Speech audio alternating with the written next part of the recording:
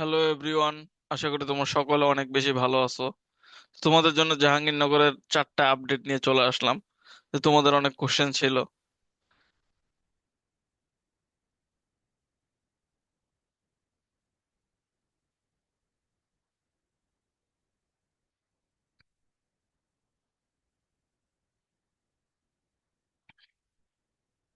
যে ভাইয়া জাহাঙ্গীরনগরের কোন ইউনিটের পরীক্ষা কবে হবে, তারপর শিফট পরীক্ষার বৈষম্য থাকবে কিনা, তারপর কোন কোন জেলায় পরীক্ষা হবে জাহাঙ্গীরনগর বিশ্ববিদ্যালয়ের, তারপর পাস মার্ক 80 নম্বরে কত নাম্বার পেতে হবে। তো এই 4টা কোশ্চেনের আপডেট দিব। তো লেটস স্টার্ট দ্য ভিডিও। এই জন্য সবাই প্রথমে ভিডিওটিতে লাইক করে দাও এবং সাবস্ক্রাইব করো, এবং আমার পেইড ব্যাচ কিন্তু অলরেডি চালু হয়েছে, সেখানে তোমরা অ্যাডমিট হয়ে যাও। আর যদি শুধু শীট নিতে চাও সেটাও তোমরা জানাও আমাকে, ঠিক আছে? তো সেটাও তোমাদের প্রোভাইড করব। তো লেটস স্টার্ট।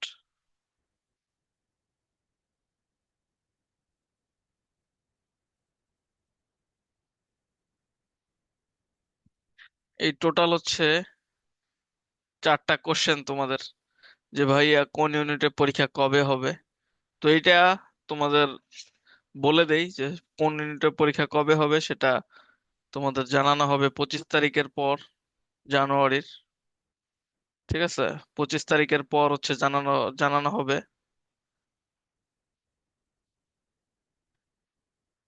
যে কবে হবে, তোমাদের পরীক্ষার রুটিনটা দিয়ে দিবে যে কোন ইউনিটের কবে পরীক্ষা এবং কোন শিফটে কার পরীক্ষা। এবার শিফট পরীক্ষার বৈষম্য থাকবে থাকবে কিনা, তো আগে মনে করে একটা ইউনিটের পরীক্ষা, বি ইউনিটের পরীক্ষা 3টা শিফটে হইতো। ঠিক আছে, 3টা 4টা 5টা, 5টা শিফটে হয়েছে লাস্ট ইয়ারে। ঠিক আছে, মানে 9টা থেকে 10টা একটা, তারপর 10টা থেকে 11টা, এরকম আর কি হতো। তো এবার এই শিফট পদ্ধতিতে এইভাবে পরীক্ষা হইলেও মনে করো ফার্স্টে যারা মনে করো পরীক্ষা দিত, তারা তাদের ফ্রেন্ডদের বলে দিত যে এটা এটা চলে আসছে। তো 10টা বাজে যারা পরীক্ষা দিত তারা বলতো যে ভাইয়া, বন্ধু বান্ধব এই যে এইটা এটা চলে আসছে। তো যারা মনে করো দুপুর 3টায় পরীক্ষা দিত, 3টা থেকে 4টা, তারা অনেকগুলো টপিক এইভাবে কমন পাইতো।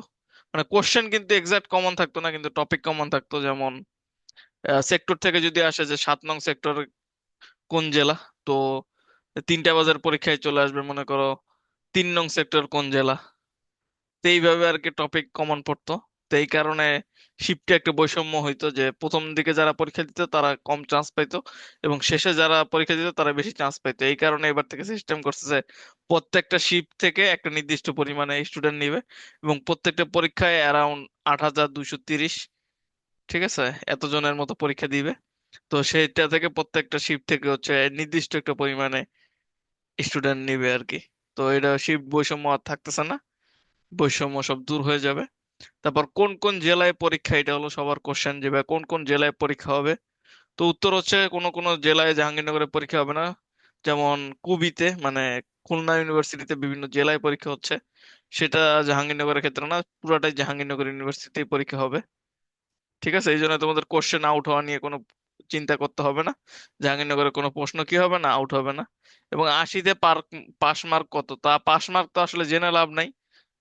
80তে পাস মার্ক 28 নাম্বার, কিন্তু পাস মার্ক তো জেনে লাভ নেই আসলে। তোমাদের চান্স পেতে হবে। পাস মার্ক জেনে কিন্তু লাভ নেই। চান্স পেতে হলে 80তে পেলে হবে না। 80তে নিম্নে তোমার অ্যাটলিস্ট 50 পেতেই হবে যদি তুমি চান্স পেতে চাও। একদম সর্বনিম্ন কাট মার্ক যদি বলো, তাহলে কাট মার্ক এইটা।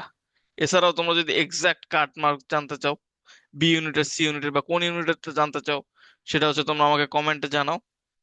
এবং আমার যে ব্যাচ যেটা বললাম চালু করতেছি, রানিং ব্যাচ, সেটা 15 তারিখে শুরু। তো সেটাতে তোমরা অ্যাডমিট হয়ে যাবা। ঠিক আছে, এখানে আমি নিম্নে ইনশাল্লাহ 4জন তো চান্স পাবাই, শিওর। কারণ পড়াবো অনেক কম স্টুডেন্ট। ঠিক আছে, মাত্র 15-20 জনের মতো নিব।